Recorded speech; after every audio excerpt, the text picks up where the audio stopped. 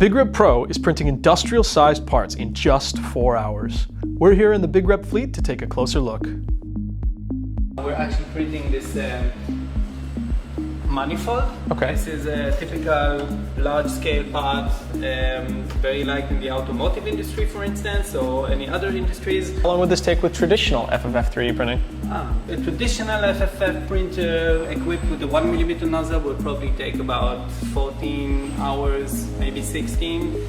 Okay, and how about with the BigRep PRO? How fast can it produce these parts? Well, the BigRep PRO is a very versatile machine, meaning we can equip it with different extruder configuration. Take for instance this part here. It took less than 4 hours to print. Less than 4 hours? This is a Nylon part, very accepted as an industry standard, but it's like super fast to print. But if you'd wish like smoother surfaces, you can have different extruder configuration and have very smooth surfaces, obviously for longer print times. Wow.